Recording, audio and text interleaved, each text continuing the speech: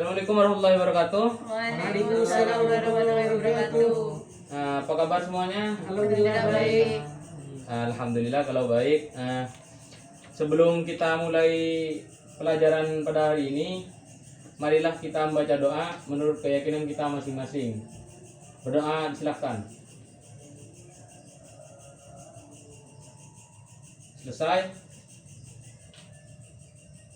Untuk kehadiran, alhamdulillah hadir semua ya, 3 orang. Ya. Siap Bapak. Kalian sudah tahu materi pada hari ini apa? Tidak. Nah, materi hari ini sesuai dengan mata pelajaran kalian, yaitu komputer terapan jaringan. Nah, apa tujuan kita mempelajari itu? Agar kalian itu tahu fungsi-fungsi komputer itu apa aja dan kegunaan komputer untuk jaringan itu seperti apa gitu. Nah, kita masuk ke materi.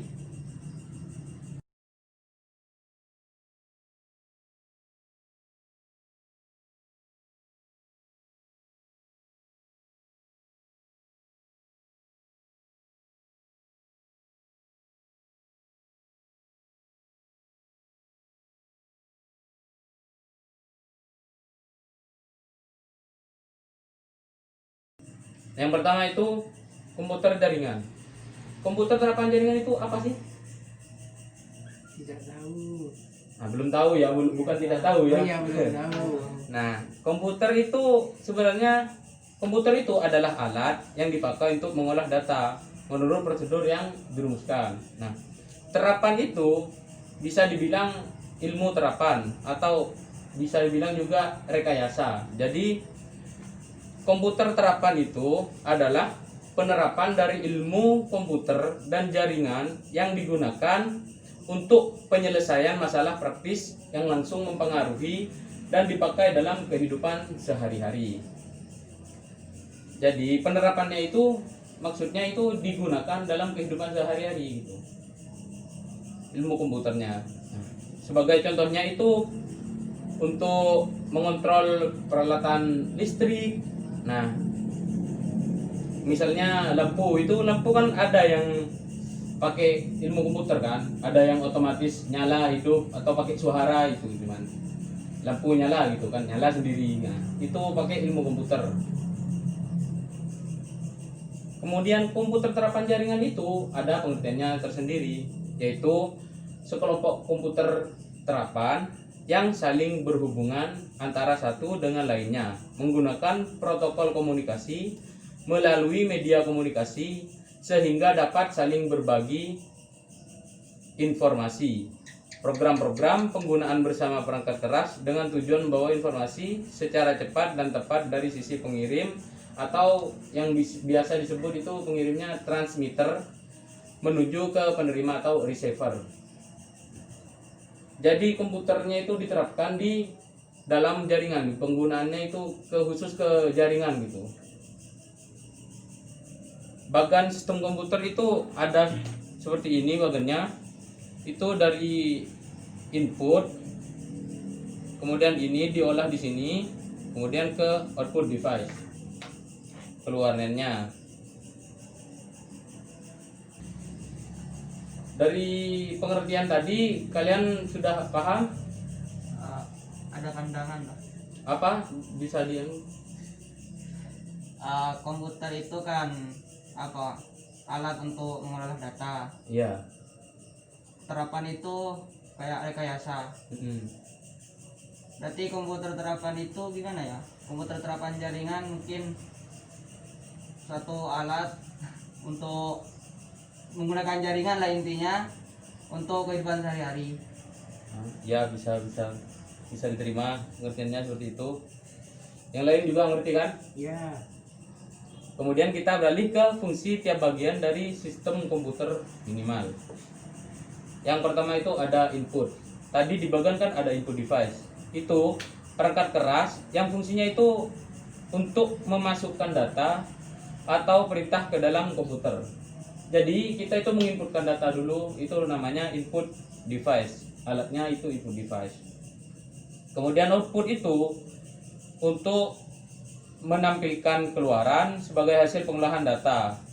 Dapat berupa hard copy, atau kertas, itu output device-nya itu printer, atau soft copy itu monitor biasanya alatnya. Kalau I/O port itu bagian untuk digunakan untuk menerima ataupun mengirim data ke luar sistem. Peralatan input output di atas tadi yang bagan itu terhubung melalui port itu. Input device itu terhubung melalui output port itu. Kemudian ada CPU. CPU itu prosesor, itu otak dari sistem komputer. Mesin utama untuk menjalankan suatu sistem komputer gitu. Itu CPU.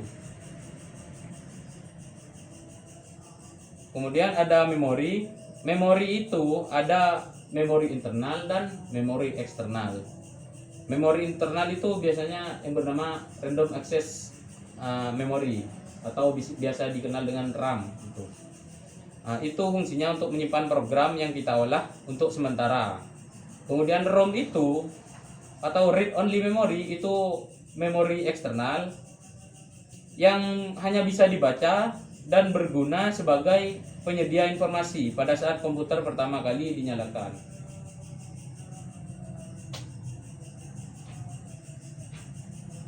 Kemudian ada databus. Databus itu adalah jalur perpindahan data antar modul dalam sistem komputer. Jadi databus itu adalah jalur dari input itu kan mau ke output itu ada jalurnya gitu. Nah, kemudian address bus itu untuk menandakan lokasi sumber ataupun tujuan. Jadi address itu fungsinya alamat lah artinya. Jadi biar ditemukan kemana tujuannya itu biar gak nyeleweng gitu, tepat sasaran ke tujuan gitu. Nah, kontrol bus ini digunakan untuk mengontrol penggunaan serta akses ke databus dan address bus. Ada 4 sampai 10 jalur paralel di kontrol bus itu. Mungkin ada yang ditanyakan atau sudah mengerti semua? Mengerti, Pak. Baik, kalau udah mengerti, saya lanjutkan ya. Berapa menit? Oh? Belum. Kemudian ada macam dan jenis microcontroller populer. Nah, secara umum itu ada 3 keluarga besar atau macam-macam yang besarnya gitu induknya. Nah, itu ada di pasaran biasanya. Antara lain itu ada MCS 51, ada AVR, PIC, dan ada satu lagi itu yang namanya ARM. Nah, itu bentuk dari MCS 51.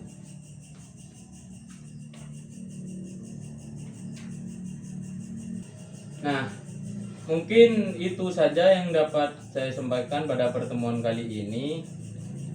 Kesimpulannya itu, ada yang bisa membuat kesimpulan? Kalau ada, saya sendiri. Jadi komputer terapan jaringan itu adalah komputer, sistem komputer atau sekelompok komputer rekayasa atau terapan yang saling berhubungan antara satu dengan lainnya menggunakan protokol-protokol komunikasi melalui media komunikasi sehingga dapat saling berbagi informasi. Tujuannya membawa informasi secara tepat dari sisi pengirim menuju ke penerima. Jadi itu kesimpulan dari komputer terapan jaringan. Nah, untuk selanjutnya kalian ada oleh-oleh ya ke rumahnya biar gak kosong dari sini. Ada 5 soal, silahkan dikerjakan. Bisa dilihat ya, nanti dikumpulkan minggu depan. Oke? Iya, Pak. Untuk minggu depan itu kita akan melanjutkan materi ini. Tapi materinya itu kelanjutannya dari yang saya jelaskan dari tadi, yaitu tentang kebutuhan komputer terapan untuk aplikasi jaringan komunikasi data. Jadi kalian bisa searching di rumahnya, kan sudah punya HP semua. Kalau nggak ada, minta belikan. Iya Pak. Nah, kalian bisa cari biar nanti pertemuan selanjutnya itu dari awal pertemuan itu sudah bisa menjelaskan, sudah ada pandangan apa itu yang akan dijelaskan nanti, apa materi minggu depan nanti, itu biar kalian itu bisa ada pandangan. Jadi ketika saya jelaskan itu dapat dimengerti dengan cepat gitu oleh kalian. Baik Pak. Mungkin itu saja dari saya. Ada pertanyaan? Tidak ada. Tidak ada. Baik, kalau sudah tidak ada, saya tutup ya. Terima kasih atas pengertiannya kalian. Semoga ilmu yang kita pelajari hari ini bisa bermanfaat. Amin. Nah, sebelum kita pulang, marilah kita baca doa menurut keyakinan kita masing-masing. Berdoa disilahkan.